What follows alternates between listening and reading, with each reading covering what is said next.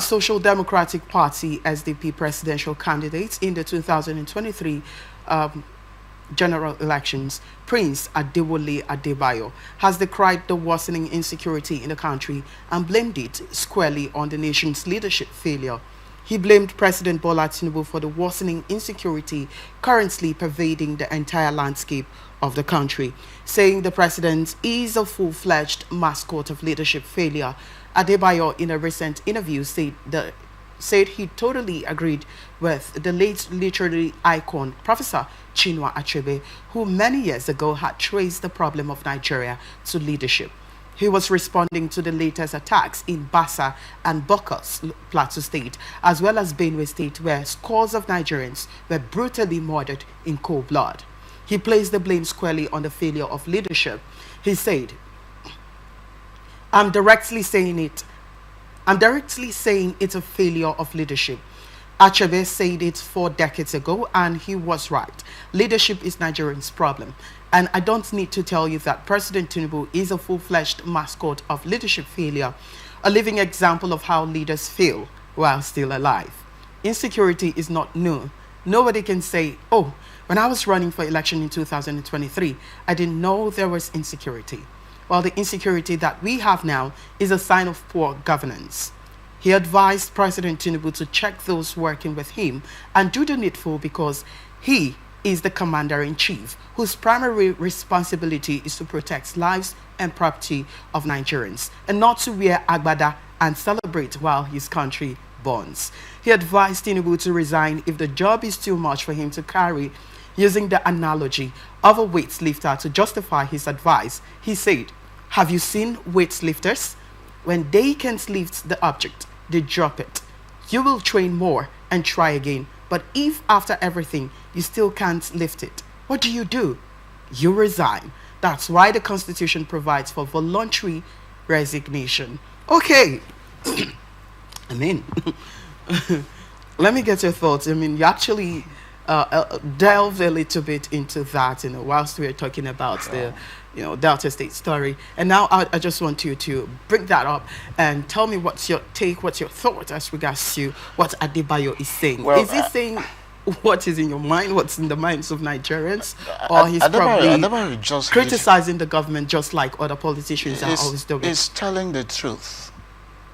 You see, what happened in Plateau and Benue State in the past 2 weeks is not normal.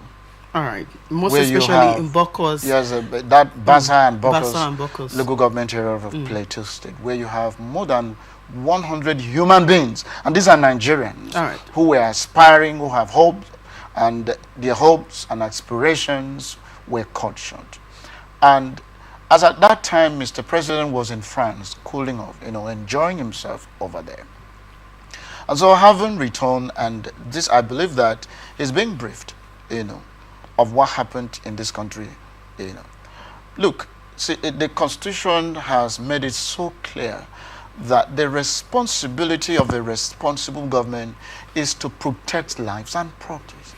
And if government fell in this particular responsibility of protecting lives and properties, it means that such government has failed, and failed very well. If you cannot okay, let's just leave properties apart. What about the lives of Nigerians? The lives of Nigerians is the most important, because if the president weren't alive, I don't think he would have been in that exalted position, because he's alive and he's still living. That gave him the opportunity to be on that seat. Now, these Nigerians who has aspirations, as I said earlier, have just cut their lives short. And not just only in Plateau State. This something happened in Benue State. These are Nigerians, for God's sake. So for me, Adebayo is not short of the truth. He's telling us the truth. That look, any president, anybody that is in the leadership trust that cannot protect Nigerians, it means that you were not ready to govern us. Okay. You understand the point there? So for me, Mr. President should do the needful to protect Nigerians. Not when it happens, we only come up to say we condemn, or we are sorry about this, we'll see what we can do. And this is what we've been saying over time. And yet, this keeps reoccurring. So when will it stop? When the government is not proactive to issues, not taking the right step to make sure that this insecurity is settled once and for all. Now look at the other day, the governor of Borno State came up to say, look, in fact, the insecurity in Borno State in particular is worsening again. And the man, cried out. He said that Boko Haram have started, doing the worst thing again in that part of the country. Well, Nigerians also have complained that since this returns, they were expecting something like a state of emergency being declared in these areas where these killings are happening. But until now, there hasn't been any of such. And then they're also saying that as it stands now, they've not seen, any security measures that the president had made. Does that also, resonate with you as well? You see, I want to say that, yes, people make such reference, especially the situation of Rivers State. All right. You understand my point? That they were complaining that, look, the insecurity in Rivers State has gotten to a point that is why the state of emergency was declared here in the state, which was not so. The first time the sole administrator arrived, he said, look, the place is calm, it's peaceful.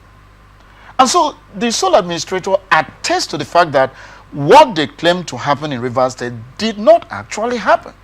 But look at what is happening in Plateau and Benue State, for God's sake. And it affects lives of Nigerians. These are human beings like you and I, who have cut their lives short. And yet nothing is being done. And maybe tomorrow you'll see them calling the head of security chiefs. He say, come, let us meet and blah, blah, blah. I have read this afternoon that he has given a marching order to the NSA, that is the National Security Advisor, and the military chiefs to go in and make sure that this has always been the case. And tomorrow now you will see the worst will happen again.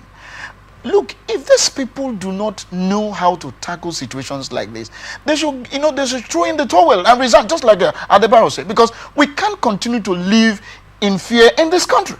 Nigerians are living in fear. You can't move freely, especially to those in Borno State, Zamfara State, Sokoto, Benue, and the rest of them. So drastic measures should be taken. Now, let me also say this.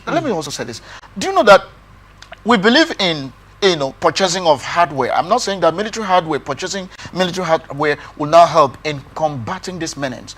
But do we have other measures that will involve the use of ICT? You understand? The AI, to make sure that the activities of these hoodlums who have been troubling, different parts of these countries, are seen beyond going there to say, okay, this person is the cause of this problem. Well, because when you interject, before that could really happen, there has to be proper infrastructure being, put in place for that to happen. Because we cannot have the situation happen where, AI cannot do the work when there is no electricity. AI cannot do the work when there is no internet connection.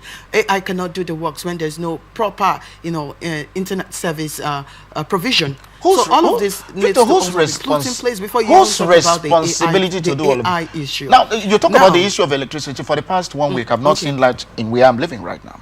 Just like you rightly pointed out, all these things need to be powered. I mean, I'm just giving the conditions where AI works. That's what I'm telling you. What you are saying, you are saying is the truth. Right. Now, looking at all of this thing, I'm not saying that, sending the troops or deploying troops to these areas, to checkmate the activities of this insurgency, it's not good. I'm not saying it's not good, but this is what we have been relying upon time over time, and it has not been helping us. Can't we apply the use of technology to help combating this menace, these things that has been worsening the situation of insecurity in this country, than go sending soldiers with one AK-47 to go and do this and so on? At the end of the day, some of these military men will also be killed in the line of duty.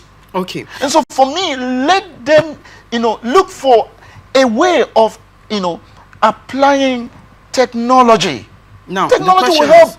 Okay, Adebayo has called for the resignation of the president. I mean, if he cannot handle this issue, he also made reference to, he gave an example of weightlifters. I mean, if they have weight and they cannot lift this weight, that they'll allow the weights to be there until they will go for the ones they can carry.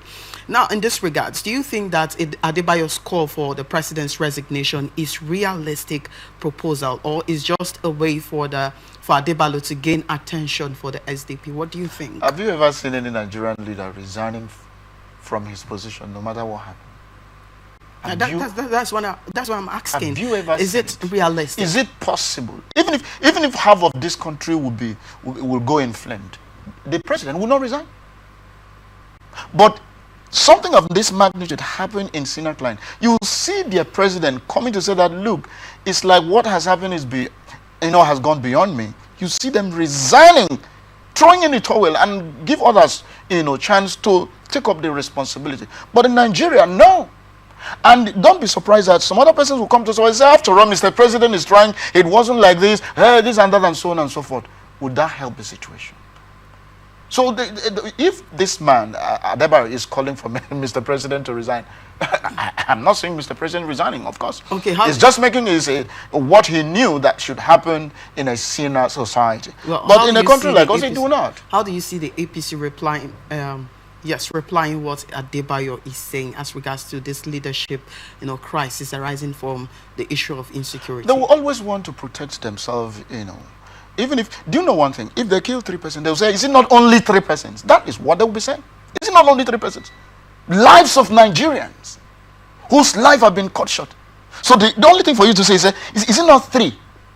But you see, a country like America, if you kill one America unjustly, trust me, you pay for it dearly. Okay, so what broader implications does Adebayo's reliance on Chinua Achebe's leadership critique have for Nigerian political discourse? Because Chinua Achebe said this many years ago before he died. All right. That look, the Nigerian problem is not far-fetched from leadership. And is it not what the man said that is coming to play out today? Since 1999, 1999 till date, we've been having leadership problem. When is it going to be solved? And all we have, leadership in this country does not take responsibility of what happened. Instead, you see them, defending themselves of having done enough, this and that and so on. In a senior client, this does not be the case.